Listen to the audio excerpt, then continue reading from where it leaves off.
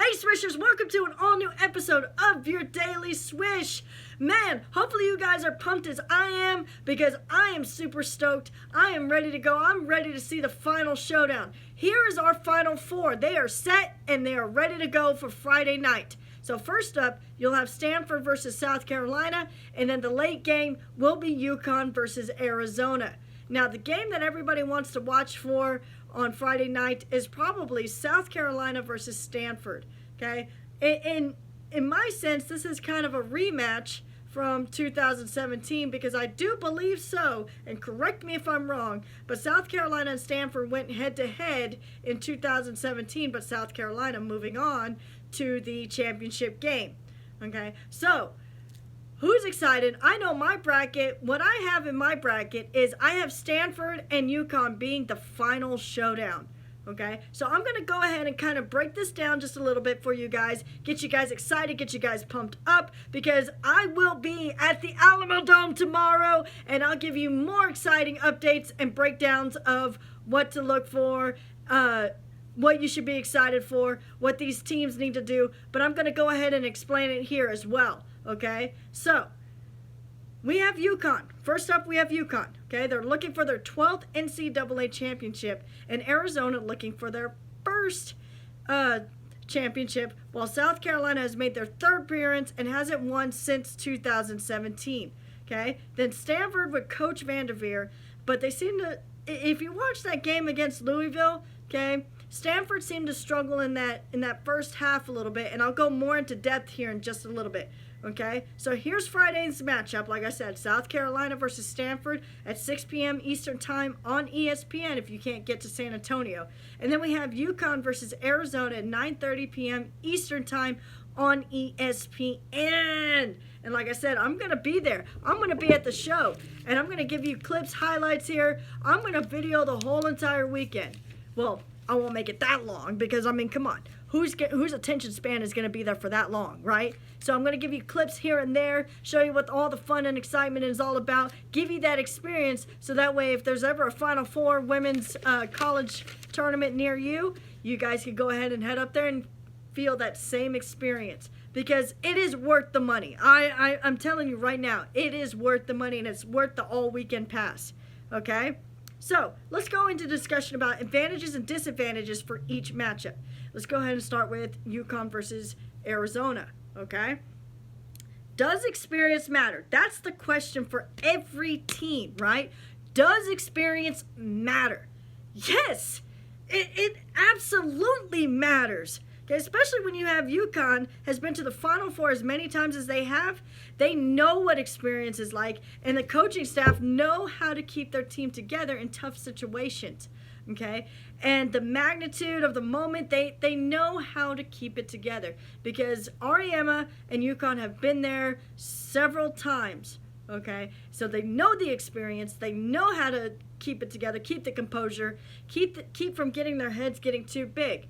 But sometimes players tend to forget that. As soon as they set foot on the court, sometimes things get swiped off, right?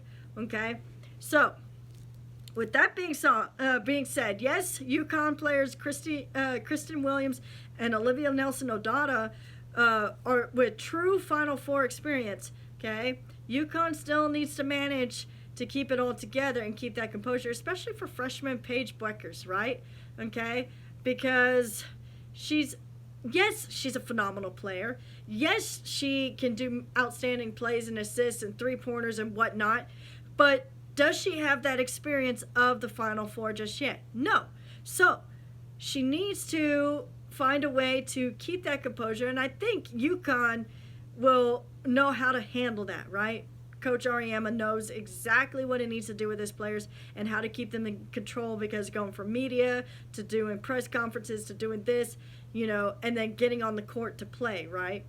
You got to try to not get so big-headed and know like, oh, we got Arizona in the bag. Because if you do that, what if Arizona comes up out of nowhere just because you have the experience and then the rest of your team knows what it's like to be in the Final Four? You can't count on that, okay? So they're going to have to figure out a way to keep Paige in her place a little bit, right? Because even as a freshman, first time coming into the Final Four, she's probably going to get the jitters. And that's no lie. right? If you guys have ever played basketball like I have and you've been in tournament mode, you get those player jitters. Even though you know what to do, you know how to keep your composure, you still get those jitters somewhere. As for Arizona, okay, it may be a little bit different, okay? It may be a little bit easier, even though they've never been to the Final Four. Okay, we all know that in the Final Four they have to go and pack up their bags and travel somewhere, and then they got to go move here to this place, and then they got to go over here to do that press conference, and then they got to go over there to go meet with parents, and it's a whole hoopla, it's a whole big kaboom, right? Okay, but since it's all here in San Antonio, that might make things a little bit easier for Arizona because they don't have to travel as much, and they don't have to deal with intense media monstrosity as much, right? Okay. But also, Arizona has never been in this situation before, so experience is super important, but it's never a bad thing, okay? Having new faces into the Final Four makes things, it shakes things up a little bit, okay? Because nobody expected this team to actually go all the way to the Final Four. I know I didn't expect that. I expected Arizona to be out at least in the Sweet 16 or the Elite 8. Okay, that was just my predictions. Okay, and I'm sure as to everybody else, if you were anything like me, that's probably the same predictions that you have, right?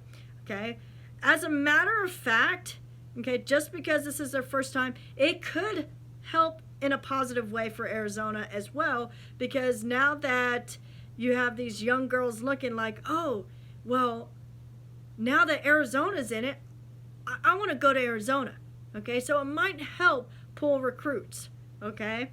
Just saying, just going as far as I can, okay? Now, another thing for Arizona, defending top scorers, Ari McDonald is a lefty. So this is for Yukon, okay? She is a lefty. Watching her play against Indiana, when I was watching her, like I watched both games. I watched all 4 games, okay? And so watching her play against Indiana in the Elite 8, she went in for a left-hand layup every single time.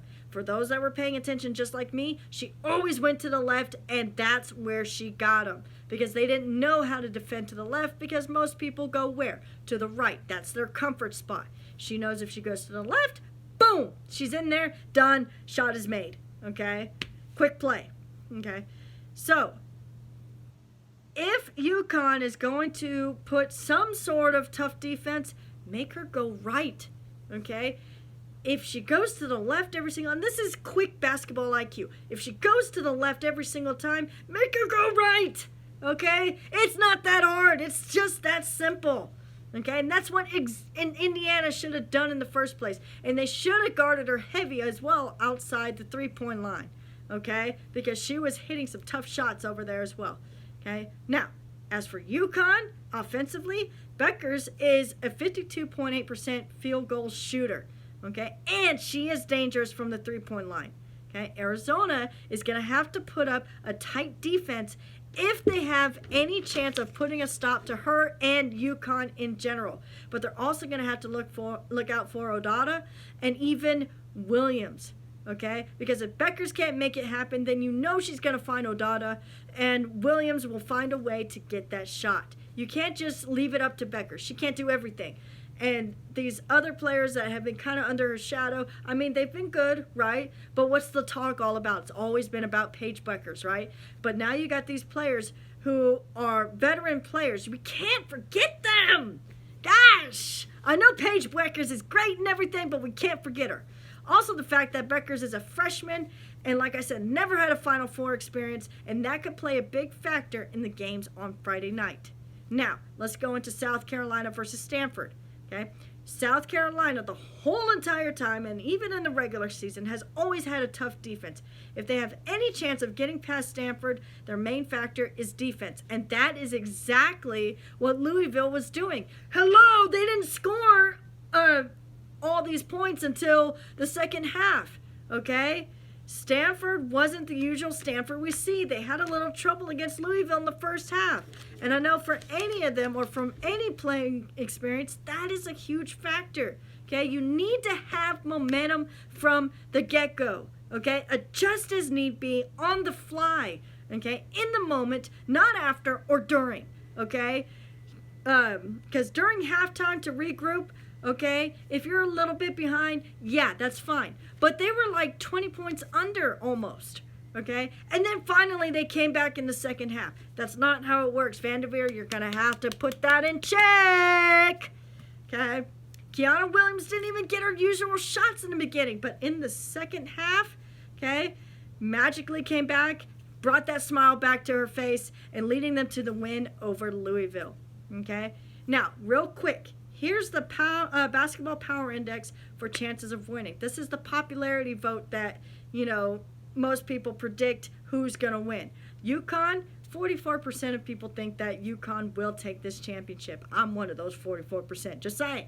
Okay, Stanford is at 30%. That's what I'm saying. This is probably going to be a Yukon-Stanford showdown in the end. South Carolina, 19%, and Arizona at 7%. So I'm going to ask you, who do you have going to the championship game and taking it all? For me, Yukon! Okay, so I can't wait. I'm so excited. I'm super stoked because tomorrow I'll be at the Alamo Dome for the Final Four, and I'm going to get some clips, highlights, talk to you guys about some things here and there, and we'll get the show underway, and hopefully you guys will have a wonderful weekend. Hopefully you guys, you know, predict right for the championship. If you're going for Stanford, no, I'm just kidding, okay? Let's get this show on the road. Let's get this Final Four started. I'm excited. You're excited. Okay? Like I said, if you haven't found my Facebook group page on WNBA Daily Swish, get there right now. Search for it on Facebook. Join that group. Spread the word. Tell your friends. And we have the WNBA draft in like 2 weeks. Okay? So I'm excited for that. Can't wait to see y'all again. Like I said, if it ain't hot, it ain't a swish.